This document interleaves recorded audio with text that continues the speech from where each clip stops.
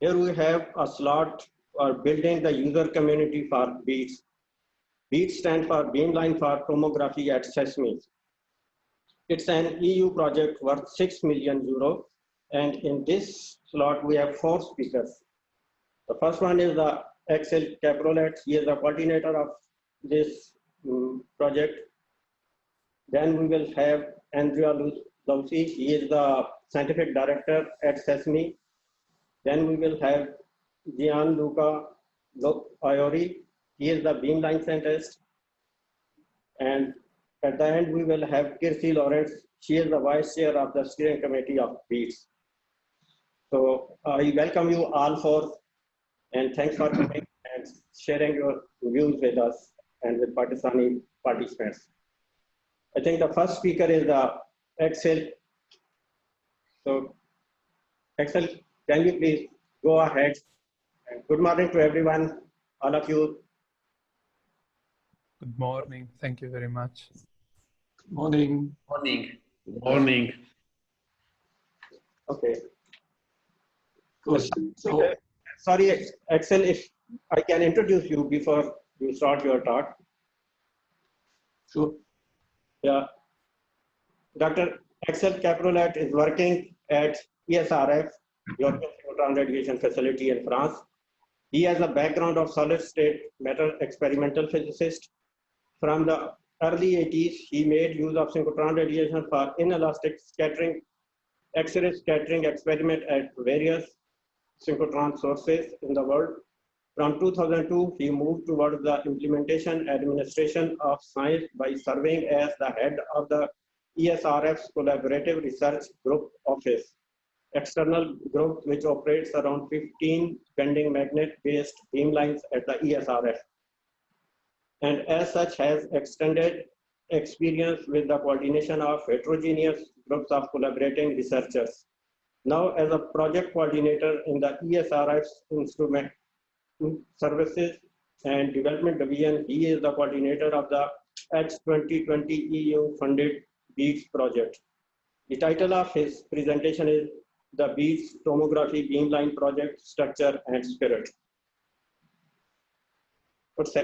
Axel, you can now go ahead with your presentation, please. Yes, thank you very much, Navid, indeed, for this kind introduction. And also, on behalf of the consortium, I would like to thank the organizers for giving us such a generous slot to present the BEADS project. I will not start before congratulating the organizers as well for continuing this nice exercise, important exercise in these difficult times. And I congratulate you to this success. So I am to report on the BEADS project and to lay out the scene. To do this, I would start a little bit with what we call the history. Well, it was in 2017, so not that far in the past, when the European Commission sent out a grant which had the mission to reinforce European research infrastructure and the international cooperation. This means not only Europe, but also outside of Europe. The scope of this grant was twofold. First of all, it was to support the development and the installation of a dedicated beamline in Sesame. As you will hear from Andrea later on, there is a long history between Europe and the synchrotron in Jordan. But you will also note that they said a dedicated beamline, so they didn't specify what kind of a beamline it should be. And the second leg is to strengthen the links of the European analytical facilities network with the newly established synchrotrons, which are currently under development. And we have those in Europe and as well in the Middle East. So this was more or less the scope that was sent out by Brussels on their initiative. We, the ESRF, plus 8 other partners, whom I will introduce in what follows, we then put together a proposal. And to get the general aim that we were looking at, I want to cite from the proposal abstract. It was important for us to pave the way for an efficient operation of Sesame. Sesame is in a critical situation. They are just below the critical mass of number of beamlines which are operating. So to add beamlines will always be helpful. Then, of course, you need not just to build a beamline, but to develop and to consolidate a scientific case and the community. Having a beamline without clients doesn't help you at all. And then in collaboration and consultation with the science management at Sesame and a lot of experts, it was during the proposal phase that we decided that a beamline at Sesame would become a beamline for hard X-ray full field tomography. And this is, as Jared already said, the reason why we have this acronym BEATS. It is Beamline for Tomography at Sesame. Not really catchy, not really sexy, but that's the best we could get up with. These, there's an inflation of already used acronyms, so we left it at that. And the, let's say, last but certainly not least, aim of our project is to address the question of sustainability. You need to be able to operate the beamline after its construction for the normal, let's say, duration of life of 10 to 15 years. It makes no sense to build a beamline which then cannot be operated due to lack of funding there. So this was what we aimed at. We have in principle two important legs to build our proposal on. And this is one, to build this tomography beamline in a competitive manner. So it can compete with what is already there. And I will show you later on that this is possible.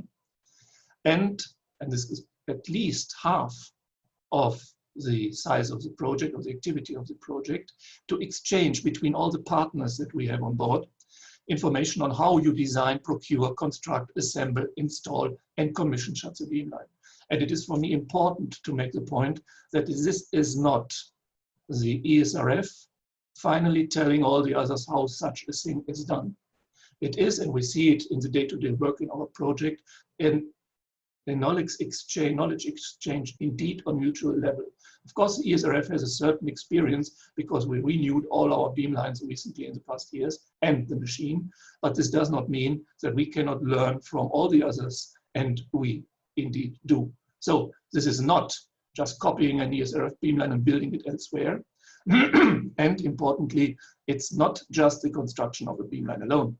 It is an effort to foster the interaction between staff of all the partners, and very important, to build and include user communities. That is exactly the reason why we are here today, because this year, the user communities, that means you, exactly you were sitting in the audience. Now, to talk a little bit of the structure of the project, I thought I would answer the question, what is that a beamline in the first place? Of course, my colleagues will go into more detail here, but from the structure of a beamline, you can also immediately deduce the structure of our project. You see a typical beamline on a synchrotron. This is the storage ring where the electrons fly along nearly at the speed of light. You have magnetic structures which act as a source for X-rays over a large spectrum and within a small cone of emission. You have the beamline, which consists of hutches for radiation safety and have the optical and the experimental equipment. Then you have the people who run, control, and operate the beamline and evaluate the data. You have to look into the assembly and the commissioning. And then you have, of course, the boring stuff like the management of the whole thing. And a very important issue that I already mentioned is work package 2, sustainability. So we distributed the work over these work packages, and these work packages make up the structure of the project BEATS. The partners that we put together are spread over all Middle Europe, Middle and Southern Europe, and the Eastern Mediterranean and the Middle East. We have on board the DESI synchrotron, or the DESI facility at Hamburg in Germany. We have from Poland Solaris. We have Switzerland with the Polschera Institute. We have the ESRF, of course. We have ALBA, close to Barcelona in Spain. We have INFN and Elettra from Italy. And we have the Cyprus Institute and Sesame on board as well. The partners shared, while we established the project, they work a little bit among themselves. And we decided that the X-ray source, both its choice and its design, would mainly be carried out by ALBA and INFN. The beamline design, its assembly, and the accompanying of the procurement will be done by ESRF, ELETRA, and ALBA. And the data handling, the control of the beamline is in the hands of the Cyprus Institute. Sustainability is a science case, building of user communities in the hands of Cyprus Institute again and DESI. And of course, Sesame and Solaris will contribute and participate to all of this. So one can say that we managed to put together a blend of indeed leading facilities from Europe and the Middle East, which contains well-established as well as recently founded synchrotron radiation. So really a mixture where people have also the chance to learn from each other, but where there's a certain guarantee that there is enough knowledge there to have already left the overall learning curve on how to build a beamline. We got the proposal approved by Brussels, and the duration of this project will be 4 months. I give you some key figures on this thing. It started already at the beginning of 2019. It will thus end at the end of 2022. And as Javid had already said, we have about 6 million euros funds to build this beamline. Now, this seems to sound, well, very, very generous. But as I said, it's not that we build only a beamline. More than half of the funds go into non-hardware, that is knowledge exchange, transfer of knowledge, training, things like this, user community building, things that we do here today. The overall schedule, like that is usually the moment when you turn to a smaller font size, so you cannot be held responsible for what you said. As I said, we are in sort of the middle of year 2, as we started in 2019. We are in the final design phase and finalizing the technical design of the beamline, the optics, as well as the experimental station. Procurement is already going on because the source is already out, the call for tender is out. We intend over the year 3, that is next year, 2021, to construct the infrastructure that is needed, all the networks and the radiation safety hutches. End of 2021, we hope to have the radiation safety tests. These prove that the hutches are radiation tight and you can safely work around the beamline without being injured by the radiation.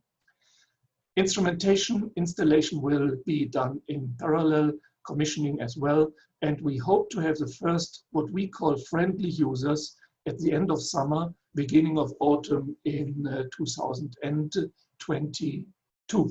A friendly user we call these guinea pigs who want to have the first beam time, but have to suffer from the process of bringing the beamline from the alpha to the beta state.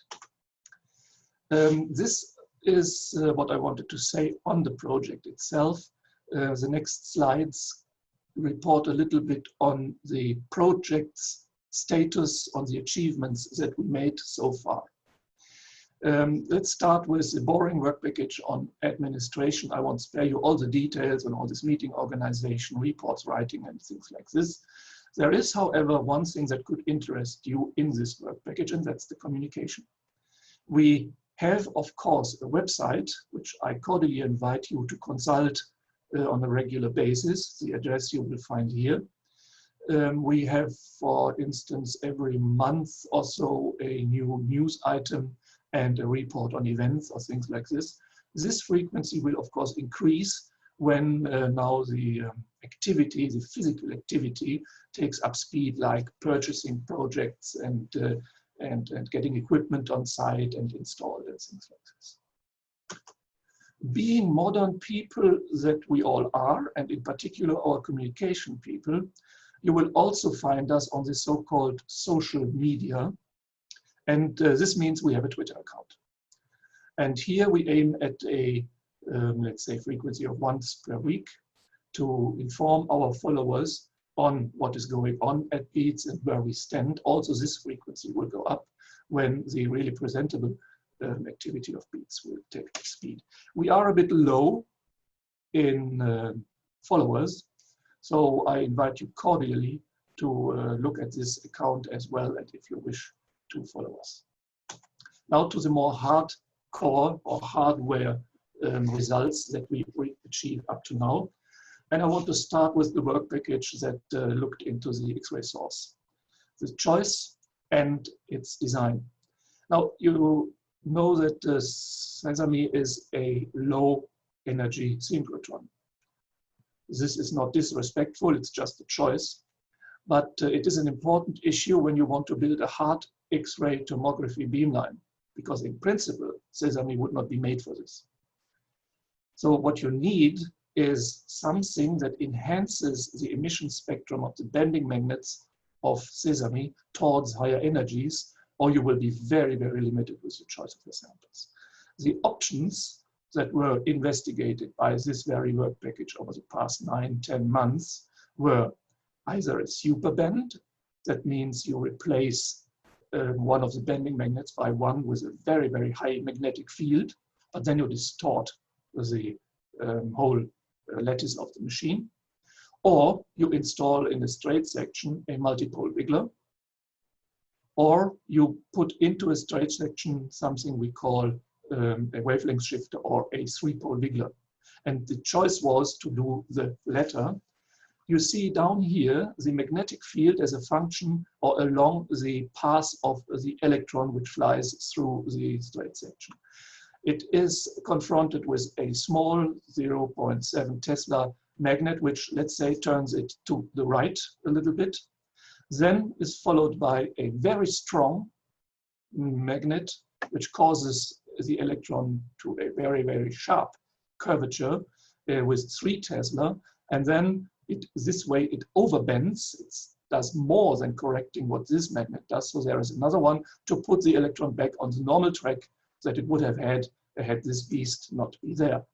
And you have emission of synchrotron radiation here and here. The mechanisms will be shown by Andrea in a minute. And we reflect on the emission coming from this peak here, from this magnetic peak, because it is high magnetic field, it is a sharp curvature, this calls for high energy spectrum. And indeed, the output of such a device, well, we do not need to hide with this one. The flux is satisfying, and you see that the spectrum extends, if you're not too greedy, up to, let's say, 50 kilo-electron volt. This was then not only decided to use, but also designed by our friends from Alba, and is now already in procurement. Interestingly enough, they are able to construct a thing that has 3 Tesla max field with using permanent magnets of only 1 Tesla each. The beamline itself, which profits from this radiation, is already finalizing its layout, and this will be elaborated further by Gianluca. The design is rather straightforward. You see here in the top view, this is the arc of the Sesame storage ring. We have here our source. We have here what we call the front end. These are components which are just shaping and switching on and off the beam. We have an optics hutch where we have our only optical element, a monochromator.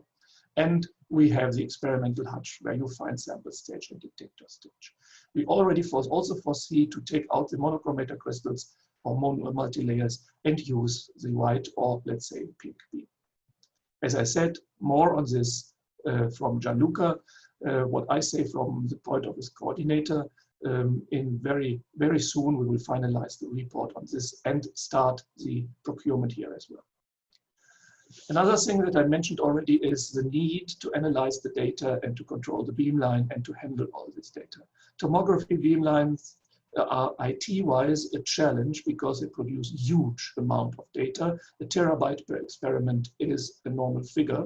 So you need to prepare a certain infrastructure, which is not necessarily always there also at the well-established synchrotrons, to deal with the, let's say, collection of these data and the storage of these data, but also with at least a pre-analysis, because you need to see during the experiment if all goes well and if the data are of a good quality. If you do this only at home, you realize is only at home is, of course, in many cases then too late. And you see here that the work package who is working on this comes already up with a clear indication. This is a draft, this is not the final one, this is just an illustration how complicated it can be, and that people are already working on it and closing in to the final design. What I always say last but not least is the science case and the user community building. This will, once finalized, also soon, be a 30-40 page document, which we have as a draft already now. And as it is of draft character, you will see I put it in a little bit encrypted. So just to illustrate that we are working on it. And the details of this before it's published will be also revealed by the talks that follow from Kirsi, from Andrea, and to a certain extent from Gianluca. So I hope that I was able to set the scene for what will follow in the talks of the real experts after mine. But I don't want to leave the floor without probably repeatedly, but nevertheless make this very, very important message that this project Beats and the Beamline Beats is something that is being made available for you, the current and potential users from Sesame's member states and from elsewhere. Beats is open also due to the policy established at Sesame for non-member states, of course. Beats can serve you best, however, if only already now we have your valuable feedback, your requirements, your needs. I hope I could make you curious and make you wonder, would this not be something for me, for my research, that I would like to use in the future? Would that be the case? Please don't hesitate to contact us. The contact data will be shown later, for making yourself heard and making us steer this very interesting and challenging project in the right direction. With this, I want to thank you for your kind attention. Thank you very much. Thank you, Axel. And we will have questions after each talk, as well as at the end, we will have a panel discussion from all 4 speakers. So the participant can ask questions either from individual speakers or they can ask questions during the panel discussion. So Axel, we don't have received any question from the participants yet. So we thank you very much for your nice talk. And we move to the second talk.